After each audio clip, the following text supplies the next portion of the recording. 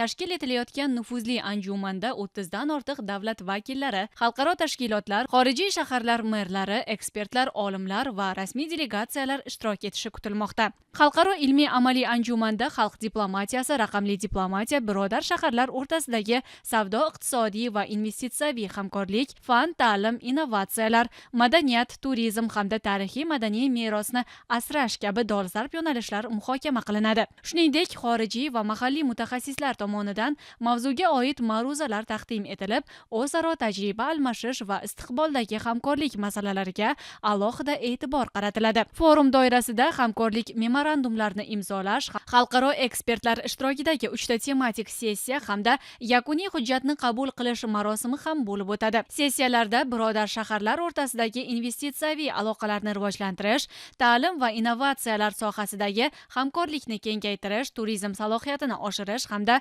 gastrodiplomatiya va madaniy merosning xalq diplomatiyasidagi o'rni yuzasidan fikr almashiladi.